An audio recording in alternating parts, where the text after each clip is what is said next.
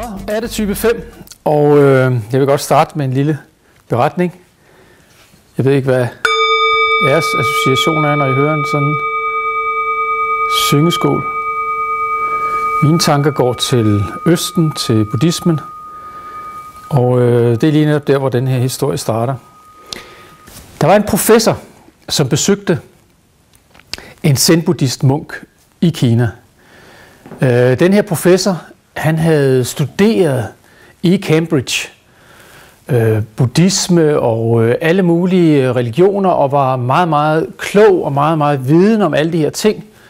Og da han kommer til den her zen-munk, som han har fundet ud af, ham her Suzuki her, det er ham, der besidder den højeste kundskab omkring buddhismen, og hvordan man forholder sig til de guddommelige love i universet, hvordan man forholder sig til virkeligheden gennem buddhismen. Der er nogle meget, meget kloge zen-munke, som har skrevet ting, og som bærer ting, indsigter, som den her professor var interesseret i. Så han var på en studietur, kan du kalde det, til Kina for at få afdækket nogle af de sidste ting, han ikke havde forstået endnu ved buddhismen.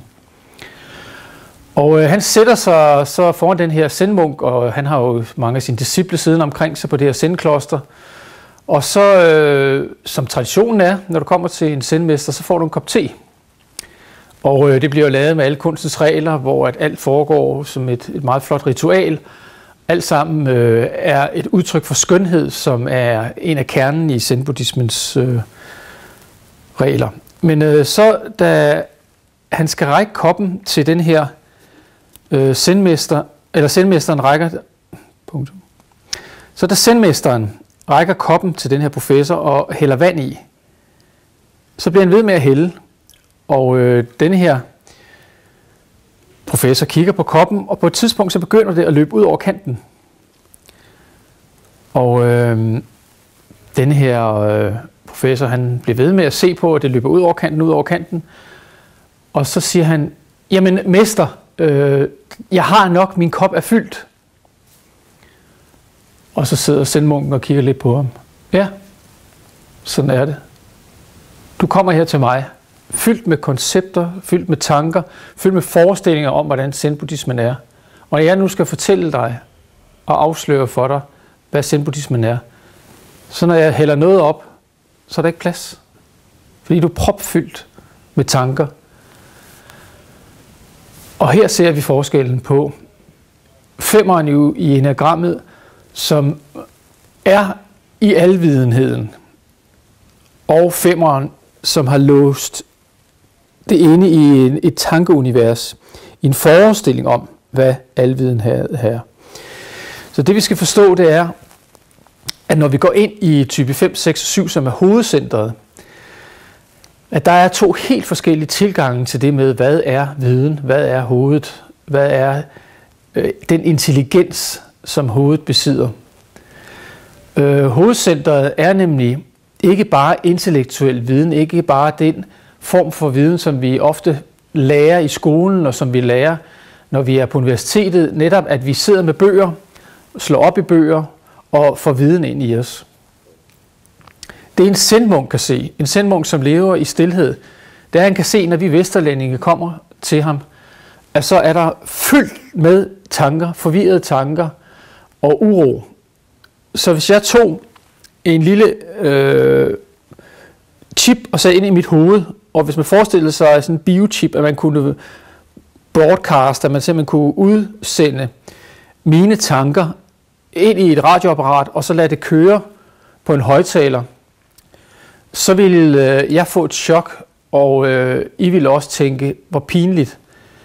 Fordi at det vi tænker, det er mange gange meget irrationelt og meget typiske relationer, vi ikke har afsluttet samtaler med, hvor vi går og bebrejder dem. Iagttagelser, vi har gjort i løbet af dagen, hvor vi går og fordømmer folk og tænker alle mulige negative ting om andre mennesker. Man kalder det i Østen monkey mind. Det er simpelthen tanker, der hopper og springer fra det ene til det andet, og der er ikke nogen virkelig logisk gennemtænkt retning i den tankestrøm, man har. Man er ikke på vej til en højere og nyere erkendelse i den måde, man tænker på. Det er støj, vil man næsten sige, når man hører det hen over højtaleren. Og det er repeterende tanker. Nogen siger, at det er måske 90% af det, vi tænker, hvis vi hører det igennem sådan en højtaler og sidder og analyserer det, som er gavnligt og som overhovedet giver nogen mening. Det meste af vores tankevirksomhed, det er repeterende tanker, og lidt som vi kan have det i drømme.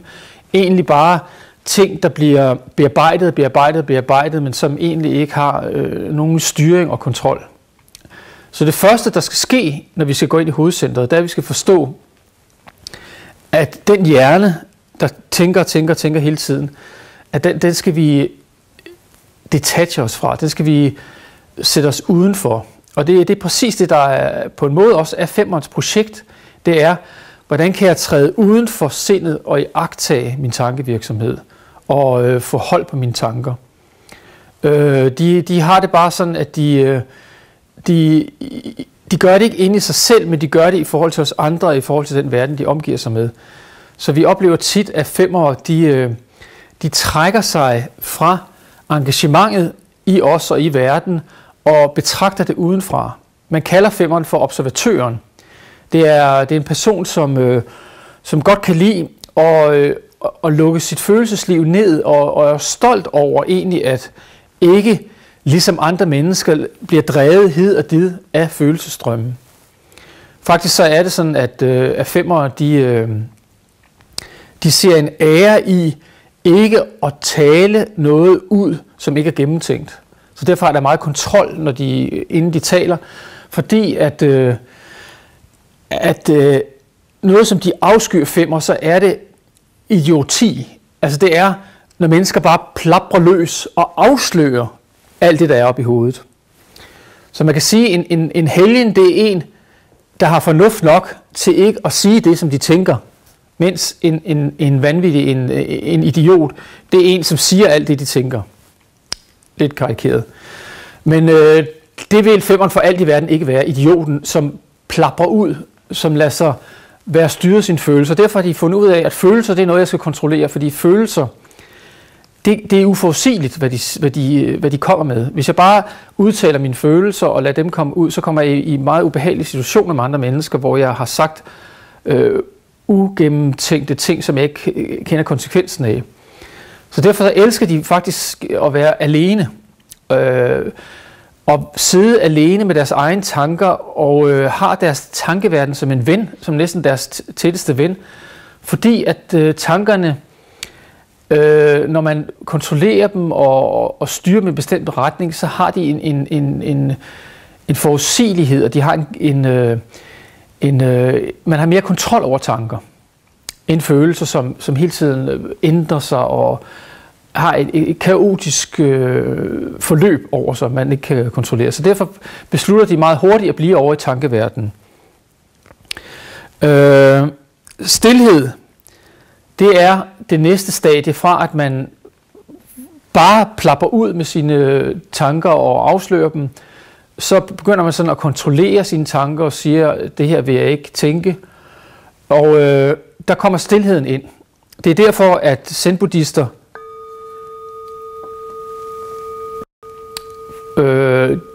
zen-buddhister, det er nok det felt inden for den religiøse verden, som har studeret sindet bedst, og som har lært at kontrollere sindet bedst. Det er sådan, at når du bliver stille, så opdager du, at der er en indre observatør. At der er noget i dig, der kan betragte følelseskaoset, og lade være med at tilslutte dig og sige, det er ikke mig. Men også tankeverdenen kan se, at der kommer en tanke forbi der. Jeg kunne tilslutte mig den og tænke videre, hvorfor gjorde han ikke det, og hvorfor skulle jeg ikke have gjort det, eller en anden tanke. Måske, hvis man nu gør sådan og sådan gode idéer, man kan blive flyde med på, der kan man i stilheden, i roen, i sindsroen, hvis du trækker vejret dybt og falder ind i dit indre menneske og slapper af, så kan du opleve, at du kan iagttage dine tanker. Det har zen-buddhisterne lært. De første munke, ørkenfædrene, gjorde det også, og man har også praktiseret det meget i klosterne. Og det bliver mere og mere populært, mindfulness. Mindfulness er jo en ny teknik, et nyt navn for det at meditere og det at blive stille i sit sind. og ikke lade sig drive med af impulser. Men stilheden, den gør det, at du opdager, at du har et indre vidne. Meget af enagramundervisningen handler faktisk om, at når man lærer sin egen type at kende, og lærer at iagttage sig selv, så finder man ud af, at man har et indre vidne, og derfor så kalder vi det catch yourself in the act. Vi siger, at når jeg som 4 iagttager mig selv, fantaserer, når jeg som 4 iagttager, at jeg begynder at forestille noget, som ikke er nu, fordi at jeg ikke er glad for det, jeg har lige nu, jeg kan ikke fastholde taknemmeligheden, fordi jeg er misundelig som en grundfølelse, så bliver jeg drevet væk fra det liv, jeg har nu. Sådan har 5'eren gærighed, det med at holde fast på ting, som de har erobret i deres tankeliv. Det har de betragtet som deres ejendom, og det fastholder de. Det kan man iagttage, de her passions, de her lidenskaber, som er i enagramtyperne, og også andre ting i ens følelser, og ens tanker og ens krop, det kan man lære at iagttage, og så kan man fange sig selv i handlingen. Så når jeg som 4 fanger mig selv i, nu begynder jeg at fantasere, nu begynder jeg at forestille mig et andet liv end det, jeg har, så kan jeg stoppe det, hvis jeg har trænet meditation. Hvis jeg har trænet stilhed. Fordi så er det som om det indre vidne vågner. Og det 5'eren er optaget af, og det 5'eren længes efter, det er illumination. Det er at blive oplyst, som man forsøger i Østen igennem deres religioner. Og oplyst, det vil sige, at man får alviden. At man får en tilstand inde i sindet af, at man forstår alt, at man kender alt. Det er som om, hvis man forestiller sig, at rundt om jorden, der ligger der sådan et lag af alt det, der er blevet tænkt, alt det, som Gud også har tænkt med verden, da han skabte verden. Og så tager man ligesom hovedet og stikker det op igennem det, sådan en membran, og så er man inde i sådan et lag af alvidenhed, og så kan man bare forstå alt og tænke alt. Sådan tænkte man lidt i middelalderen, at der var sådan et lag rundt om jorden med visdom. Og nogle traditioner kalder det Akasha-kronikken, eller den højere visdom. Og det er sådan, som man møder en guru, det er sådan, som man møder de her mestre fra Østen af. De sidder i en afklaret stilhed, når man stiller dem spørgsmål. Når de her disciple sidder omkring dem og stiller spørgsmål, så får man nogle meget vise svar, nogle meget afklarede svar. Den tilstand af at være inde i en alvidende tilstand, det er noget, som Jesus peger på i sit eget liv, at han var også i Gud. Han var der står i Kristus er al visdom og kundskab til stede. Og man kan tale lidt om, at 5'erne søger den kosmiske Kristus.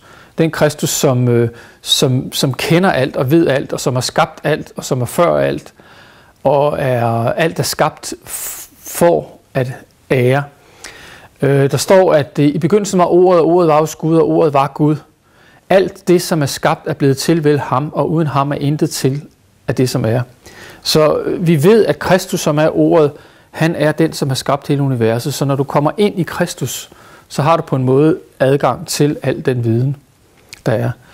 Og en anden måde at beskrive det der stille vidne, det der punkt inde i os, som kan betragte tilværelsen, og som har viden, uden at intellektuelt læse sig frem til det, men får viden som en gave, det er ånden. Paulus taler om menneskets ånd, og der står, at ingen kender Gud undtagen Guds ånd, og ingen kan ransage mennesket undtagen menneskets ånd. Så mennesket består af ånd, sjæl og legeme, og på en måde er det, at vi i vores sjæl, vores tanker, vores følelser og vores krop, det at vi bliver stille i de 3 områder, og kalder på Gud, og hviler i Gud, og søger Gud med hele vores hjerte, med hele vores forstand, med al vores intellekt, med al vores kraft. Når vi søger Gud på den måde, så får vi også den her oplevelse af, at ånden er nærværende, at Helligånden kommer og oplyser os, leder os til hele sandheden, og der er det vores ånd, som opfanger den her viden. Og der er det en viden, som ikke bare er i hovedet, men det er også en viden, som opleves i kroppen. Det er også en oplevelse af hjertet griber den her viden, så man får noget, som mystikerne kaldte ekstatiske oplevelser. Man oplever, at virkeligheden åbenbarer sig, at man ikke har tænkt sig frem til det, men pludselig åbner virkeligheden sig, og man forstår, man får indsigt, man får en afklaret oplevelse af, hvad er sandt. Og Jesus siger også, at sandheden skal sætte jer fri.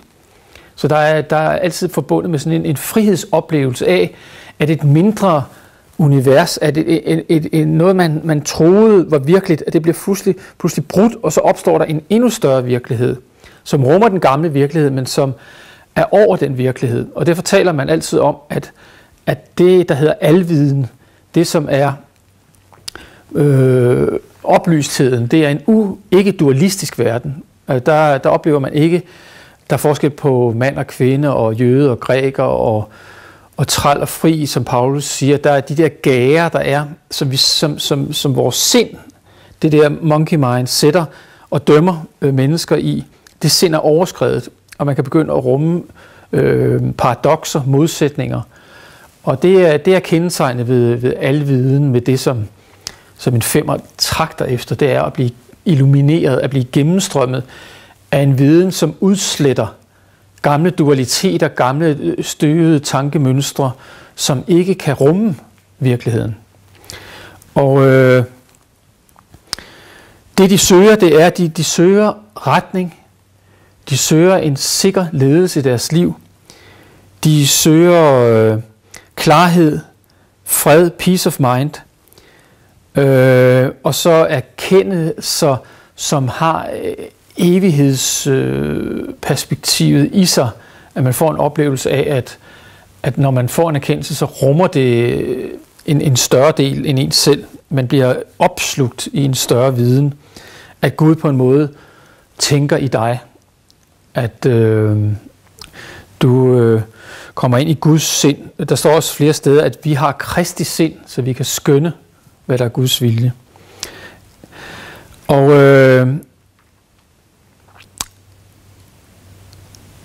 den her fornemmelse af at være i Guds visdom, at være gennemstrømmet af klarhed, hvis man mister det, så får man det modsatte, og det er kaos, og det er det som og tomhed, og det er det som femmeren frygter. De frygter simpelthen at komme væk fra den fylde, den visdoms åbenbarelse, den oplevelse af at være i en verden, hvor man hører hjemme, hvor ting hænger sammen. Når man har den her alvidende skuen, så er det ligesom, at verden bliver holistisk, at alting har sin plads, og alting hænger sammen på logiske måder, og man føler en tryghed. Man føler en hvile i universet, at alt er skabt med et formål, med der er mening, den måde tingene hænger sammen på. Jeg har en plads her. Men det, der kommer, når du mister den her tryghed, det er frygt, og det er kaos. Og det er det, som desværre kommer ind i femmeren, og som driver dem, og det er en frygt, og det er det, som man også kan sige, mange af de her tankestrømninger, der er inde i mennesket, hvis man analyserer dem og undersøger den ubevidste tænkning, vi har, så er det egentlig meget baseret på, at vi er bange for i morgen. Derfor siger Jesus også, I skal ikke bekymre jer, I skal ikke bekymre jer om morgendagen. Morgendagen har nok i sin plage. Vi tænker på morgendagen, vi planlægger, vi sikrer os vores fremtidige økonomi og erhverv og familie og alt muligt. Alle de her bekymringer, de handler egentlig om, at vores identitet er skiftet fra at hvile i den her alvidenhed, at der kommer viden til mig, når jeg skal bruge den, at når jeg står i den situation, så vil jeg kunne trække på det her kæmpe univers af viden, som er tilgængelig. Faktisk står der i stedet i Bibelen, at den, som står tilbage i visdom, han skal bede om at få den fra Gud, og så vil han få den uden bebrejdelser. Det vil bare blive ham givet. Og det er en del af det her univers, som Jesus også lever i, da han går på jorden, det er, at hver gang han står i en situation, så har han ikke gennemtænkt, hvad han skal gøre, inden han står i situationen, men han ved bare, at Gud han kommer med den indsigt, når han skal svare farisæer, der stiller vanskelige spørgsmål, når han skal løse et kompliceret problem, så får han den visdom, der skal til her og nu. Den her tro, leve i, at det jeg behøver, det får jeg givet, det forsvinder fra mennesker i hovedcentret, særligt femeren, og bliver forvandlet til en frygtindstilling til livet, som hele tiden tænker og går op i sit hoved og prøver at på en måde berolige alle de her urolige følelser med. Jeg har tjek på det heroppe i mit kontroltårn. Heroppe i hovedet, der kan jeg kun forholde mig til det, som er tanker, og de er stabile, og når jeg tænker det, så sker der det sådan årsagsvirkning paradigme, hvor man tror, at man kan forudsige alt, fordi at tankerne har det her mønster med årsag-virkning. Descartes, som var en af de store filosofer, sagde, at han ville reducere alt, som var uforudsigeligt, det som kunne modsiges, det som ikke var sikkert, det ville han reducere, fjerne fra sit liv, og så ville han bare finde, hvad var der tilbage, hvad kan jeg stole på, hvad vil aldrig ændre sig, og så fandt han ud af, jeg tænker. Det er det eneste, jeg ikke kan modsige. Og så lavede han den her sætning, jeg tænker, altså er jeg. Og så byggede han hele sin identitet på, at jeg er en tænker, og skabte på en måde hele den vestlige verden, som er et hovedparadigme. I Vesten, der lever vi alt for meget op i vores hoved, i forhold til, hvor meget vi lever i vores krop, hvor meget vi værdsætter hjertets intelligens, den emotionelle intelligens. Så man kan sige, at hele Vesten er et symptom på det her, som femeren oplever hele tiden, at man trækker sig væk fra følelserne, fordi man ikke kan styre dem, op i hovedet og tænker og planlægger, og forsøger at skabe ro i sit indre ved at tænke sig frem til, hvad der skal ske i morgen, hvordan jeg klarer næste år, altså man bekymrer sig hele tiden i livet og bruger tankevirksomheden til det, hvor tanken i virkeligheden skulle være stille og modtagelig som stor parabol, der hele tiden søgte rundt efter nye impulser fra det guddommelige.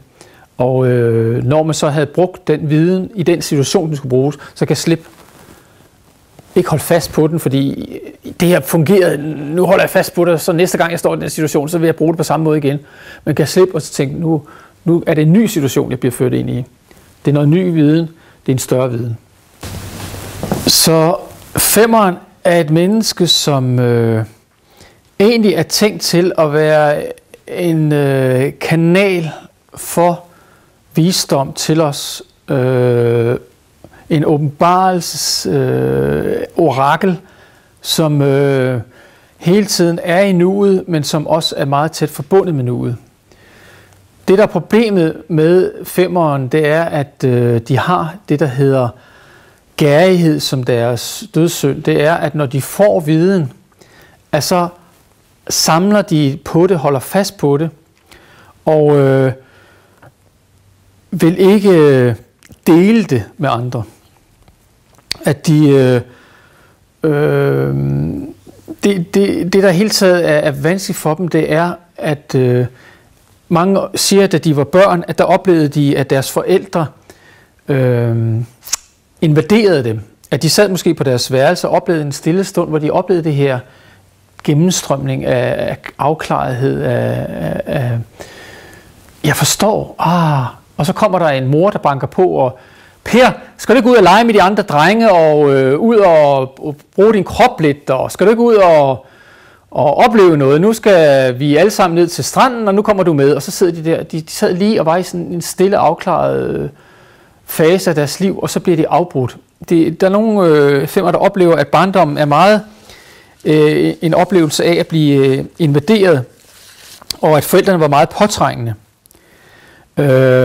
De føler ofte, at de bliver nærmest trampet ned, og det giver dem en utryghed, fordi der er mange forslag, der er meget kommunikation ind over dem hele tiden, som de skal tage stilling til, og egentlig så oplever de omsorgspersoner i deres liv som uønskede gæster, som forstyrrer nogle rytmer, nogle oplevelser, de har i livet som børn, og det her ene scenarie med, at forældrene er påtrængende,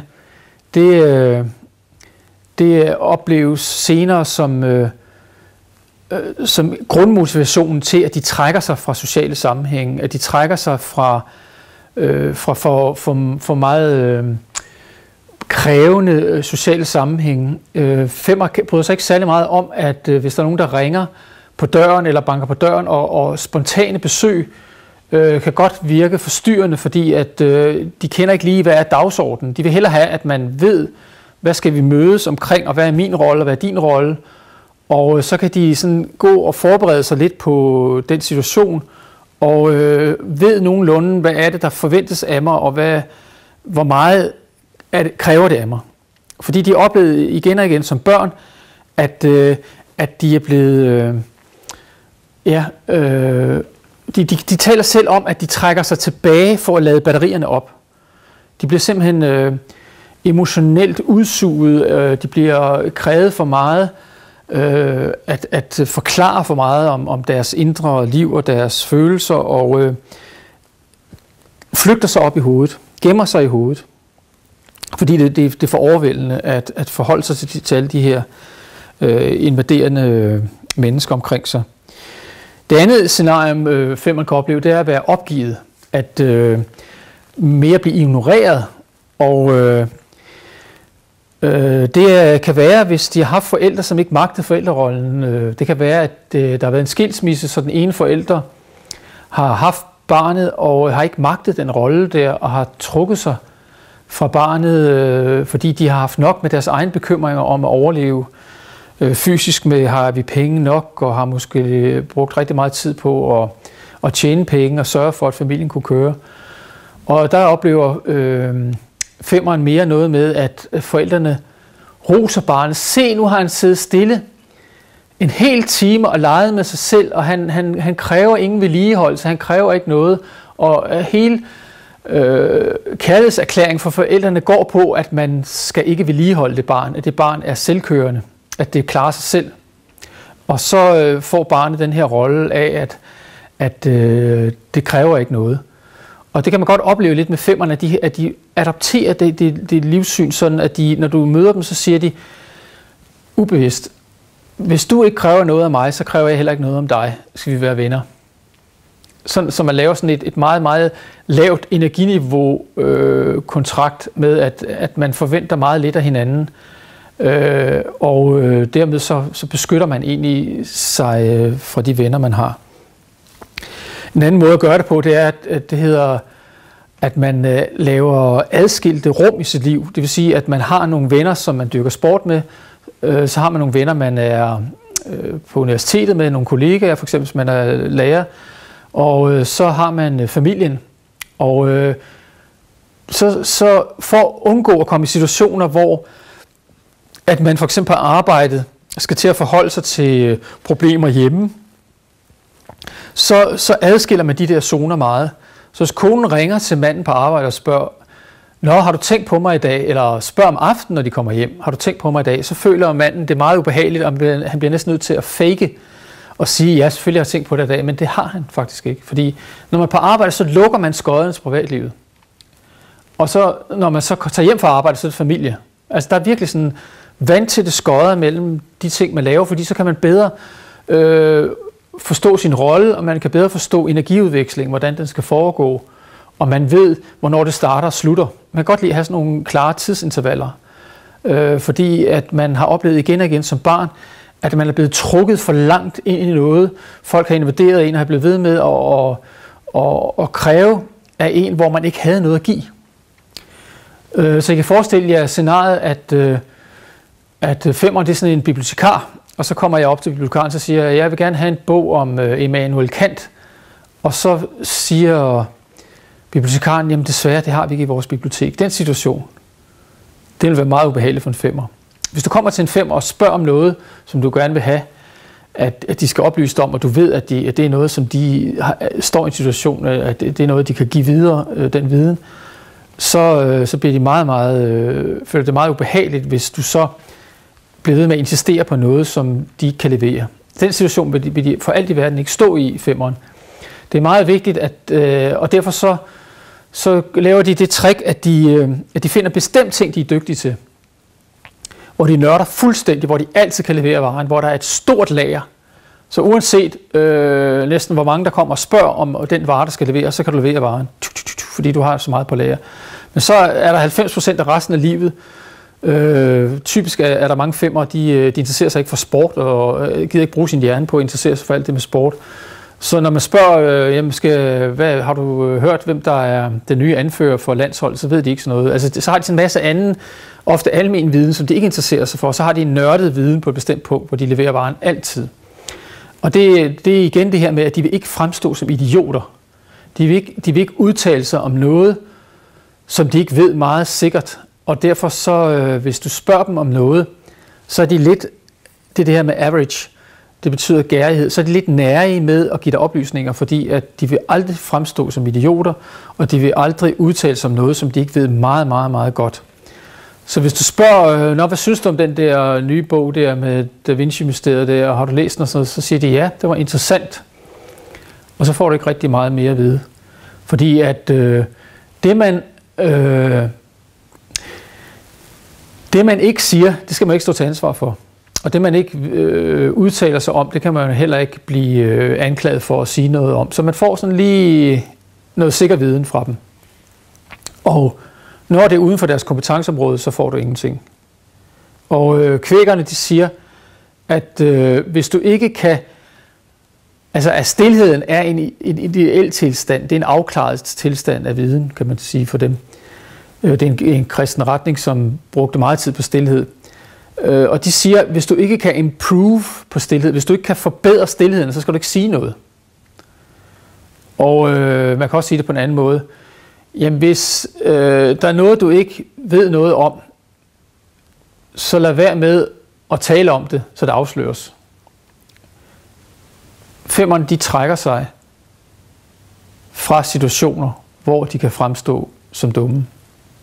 Og opleves derfor så for os andre som tilbagetrukne mennesker, som ikke involverer sig, mennesker som er isoleret, og så pludselig, når de kommer ind, hvis du scanner, hvis du leder efter en radiostation for eksempel, så scanner, så er der bare på femmerens bredbånd, eller der er en lang periode, hvor der er helt tavs, så kommer der en masse, så er du lige inde på deres kanal, og så man kan også, jeg beskrevet nogle gange som om, du kommer hen til en femmer, og så snakker du om forskellige ting, og du kan mærke, at der er ikke rigtig noget, der tænder hos dem. Du kan se på deres kropssprog, de er sådan helt uengageret. Og så kommer du ind på deres kanal, hvor et område, de er meget interesseret i. Og så er det som om, at du kan høre den der store harddisk, den langsomt starter op og accelererer, og så er de vildt opmærksomme og snakker løs og taler med dig. Og så vil du egentlig gerne skifte emne over til noget med fodbold, men så kan du mærke, at så kan de ikke bare lige skifte over til et andet område og snakke med dig, fordi så den der harddisk, den optager hele deres sind. Så du skal faktisk bruge et stykke tid på, at de får sat fart ned på den her harddisk og få startet en ny harddisk, hvor der handler om noget andet. Så de er virkelig, de har speciel viden, som de går meget, meget dybt i, og det er jo også det, der er det, som er det helt unikke ved femmerne, det er, at de er jo professortyper som Einstein og folk, som går meget, meget dybt i det, de ved noget om.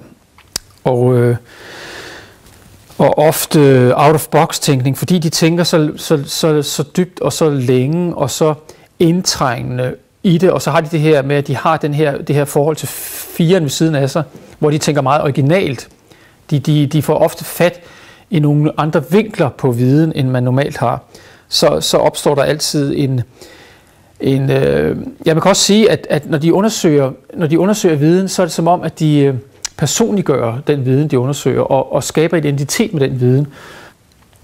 Men så begynder de at identificere sig med den viden, og bliver gærige omkring det, fordi at det her, det er mit, og så laver de et værk, skriver en bog om det, og så bliver det her område af biokemien, der handler om de her aminosyrer, det bliver mit felt, og så begynder de at copyrighte og begynder at lægge sit navn på, og måske kan de endda finde en bestemt kombination af molekyler, som de giver deres eget navn, og så render de rundt som det her den her aminosyremolekyle, og er næsten identificeret med den og præsenterer sig, goddag, jeg er opfinderen af amino 434, og bliver identificeret med den her ting, som de har opfundet eller fundet. Og det er en side af femmeren, at de identificerer sig med deres viden, og de personligt gør det, de ved, og vil ikke dele det med andre, fordi de copyrighter det, fordi det er der, deres styrke er. Så kundskab er magt for femmeren. Kundskab er det, der gør, at jeg kan begå mig i den offentlige sfære, og det er den, der giver mig power, når jeg er ude blandt andre mennesker. Så det, vi har snakket om, det er en mennesketype, som føler lidt, at de er blevet overladt til sig selv i forhold til, at de har ikke haft nogle omsorgspersoner, som har forstået deres behov for at forstå tilværelsen, om at hvile i den afklarethed, der er i at være en vis mand, og den kærlighed, der er i en filosof, kærligheden til at forstå ting.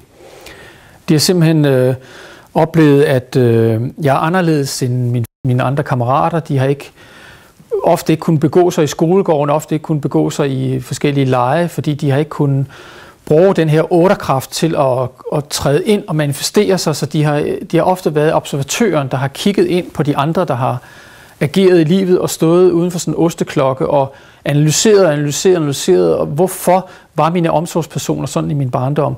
Hvorfor bliver jeg ikke forstået? Og ofte bliver de hamrende dygtige psykiatere, der kan sidde og se på ægtepar, der har problemer og analysere tingene. De er meget præcise til at forstå detaljer, til at se detaljer og forstå sammenhængen. Det er det, som holisme jo er. Det er at forstå, hvordan ting hænger sammen og give og skabe og blive meningsskabende. Men de har en oplevelse af separation inde i sig, at de er blevet adskilt fra denne her hvile i universet, og det er det, som skaber den her karakter af, at man ofte oplever, at de detacher sig, de afskærer sig fra at være engageret i livet, at være involveret i livet, at være tæt sammen med os i deres følelser, så vi kan mærke dem. Faktisk siger man til femmer, at hvis du træder mere i karakter, hvis du træder mere frem og bliver tydelig for os andre, så kan vi ikke projicere så meget på dig. Fordi at jo mindre man tilkendegiver, hvem man er, jo mindre tydelig man er, jo mere kan man projicere. Så derfor har vi ofte sådan mennesker, der går sådan meget for sig selv. Dem projicerer vi rigtig meget over på, fordi at de tilkendegiver jo ikke, hvem de er. De markerer sig ikke over for os. De kommer ikke tæt på os og involverer os i deres liv. Så derfor så, det femmeren frygter, det er jo at blive set på som idioten, som den, der ikke kan begå sig i tilværelsen, der ikke har kompetence, der ikke kan manifestere sig. Det frygter de jo, at få at vide, du er inkompetent. Vi regner dig ikke for noget. Du er udenfor, du er ikke med på fodboldsholdet, som de har oplevet rigtig meget i barndommen. Den tilstand frygter de. Så derfor så er det vigtigt for femmeren, at de kommer på banen, at de bliver tydelige, så vi ikke kan projicere de her negative billeder på dem, men at de toner frem og viser flag og fortæller, det er den, jeg er. For fred med den der ulykkelige barndom, de har oplevet at blive overtrumplet, og så slutter det kapitel af, og så går ind og siger, at jeg har lært noget af det her, men jeg vil alligevel vælge at være involveret i livet. Jeg vil alligevel vælge at tage mit liv på mig. Og femmeren har jo det her med at være netop transparent som deres højeste tanke, fordi de har små glimt af, at universet er transparent. De kan se ind i al den viden, der er. Det er det med at være det der iagttagende vidne, som samtidig er involveret, som Gud også er. Gud er både transcendent og immanent. Gud er både en, der kigger udenfra og ser på alt, som om det er en film, der bliver spillet, men samtidig er han også immanent. Samtidig er han også midt i det ekstatiske liv, som tilværelsen folder ud hele tiden. Og det er det, femmeren skal opleve, at begge ting kan være der. Det er paradoks. At man kan være totalt kastet ind i livet, ekstatisk fyldt med følelser, oplevelser og nærvær, og samtidig være beskuende. Ligesom at man kan godt være barmhjertig over for nogen, som lider, og så alligevel stå udenfor og sige, det er dit problem. Jeg har mit liv. Der står, vi skal hver tage vores kors op, men vi skal ikke bære andres kors. Men vi skal bære Kristi kors. Så det er det der med hele tiden med paradokser, at vi kan både føle barmhjertighed over for mennesker, som femmer gør, når de sidder og psykiater og sådan noget. Og de kan også selv være mennesker, som oplever smerte og dele det med andre. Men det er samtidig med, at det er den negative del af femmeren, at de afskærer sig. Så er det også dyden i femmeren, at de kan være totalt involveret og samtidig være beskuende. Så det er et meget kompliceret univers, femmeren lever i, fordi både skal de lære at være engageret og kaste sig ind i livet, men samtidig skal de beholde den iagttagelsesevne, de har. De skal beholde den evne, de har til at se objektivt beskuende på tilværelsen, og analysere den og sætte den ind i en forståelig, klar ramme. Det er deres force, og det skal de blive ved med. Så talte vi om det med at gemme på ting, at gærighed, at det er som om nogen er gærige i forhold til penge og gemmer penge. Nogen er gærige i forhold til, at de har et eller andet, som de håber op. Det kan være vanvittige ting som elastikker eller et eller andet. Man kommer hjem og siger, du har elastikker til 5 mennesker her. Du får aldrig brugt så mange elastikker. Nej, men hvis jeg nu kommer til at mangle dem en dag. De har alt sammen, de har samlermani, nogle af femmerne, hvor de samler på ting og holder fast på ting. Og problemet er så, at når man kommer til dem og siger, det er dejligt, du har sådan en kæmpe lager her, kan jeg ikke få noget, så vil de ikke have den her følelse af, at de skal sørge for sig selv, de skal sørge for deres egen alderdom. Der kommer ikke nogen at sørge for dem. Det er sådan en grundparadigme, de bærer ind i sig. Og det giver den her gærighedsfølelse. Men det er meget ofte ikke fysiske ting, som de holder fast på, men kundskab. Eller, endnu mere præcis, det er dem selv. Det er deres hjerte. Det er den, som jeg er dybest inde, som de ikke vil afdække for os andre, som de gemmer. De taler om, at det er som om, de sådan, de tør. Hvis du forestiller sig, at en eksistens, det er et menneske, som er fyldt med vand, med nærvær. Du kan drikke af dem nærmest, ligesom Jesus siger, fra hans indre rinder, der er en kilde af vand. Så er det som om, de suger det her vand ind i sådan nogle små depoter inde i sig, så de holder igen. De tilbageholder deres livsenergi. De tilbageholder, hvem de er. De tør ikke bare lade det flyde ud og opleve, at Gud han strømmer igennem dem med nyt liv. Så det var det med omkring at være gærig. Gærigheden handler meget om at holde sit hjerte tilbage. Holde den evne til at dele sig med andre tilbage. De sparer på sig selv i forhold til os andre. Og det de gerne vil fortælle os andre hele tiden, deres selvbillede, det er, jeg er intelligent, jeg opfatter ting, jeg ser mere end jer andre. Det er deres selvbillede. Så det de ikke vil have at vide, det er, at du er en idiot. Det projicerer de ud på andre og ser, at alle andre er idioter og alle andre er overfladiske, ser ikke ting i dybden, ser ikke klart nok ligesom mig. Og det er deres ego, der kører hele tiden. Hvis du anfægter det, hvis du siger, du er en idiot til en femmer, eller hvis du siger til en femmer, der er ting, du har overset i det her, så mærker du, at vreden kommer op. Så mærker du, at så kommer egoet op og markerer sig. Det vigtige, som jeg vil sige til femmer, det er, I kommer aldrig til at forstå tilhørelsen ved at stå udenfor i iagttagelsen, ved at være et vidne. I kan kun forstå den, hvis I går ind i tilværelsen og lader den gennemstrømme jer, og oplever og eksperimenterer med jeres liv. Det er simpelthen der, I bliver glade. Det er ganske enkelt at få fat i det indre barn, og så begynde at lege dig frem i livet, ligesom du gjorde, da du var et helt lille barn, hvor du eksperimenterede med alle mulige ting. Hvor du sad med myrer og så dem løbe rundt og fik viden ved at mærke tingene på din krop, ved at kaste dig ind i oplevelser og svømme og opleve, hvad det vil sige at være i vand. Være i elementerne og få erfaringer af at være et menneske, som oplever og forstår og lærer andre at kende i et stort eksperiment. Grundtvig siger, at mennesket er et eksperiment af ånd og støv. Det er det, I skal. Ud og eksperimentere med livet. Bliv det legende barn, der oplever med dine sansninger også, ikke kun i dit hoved.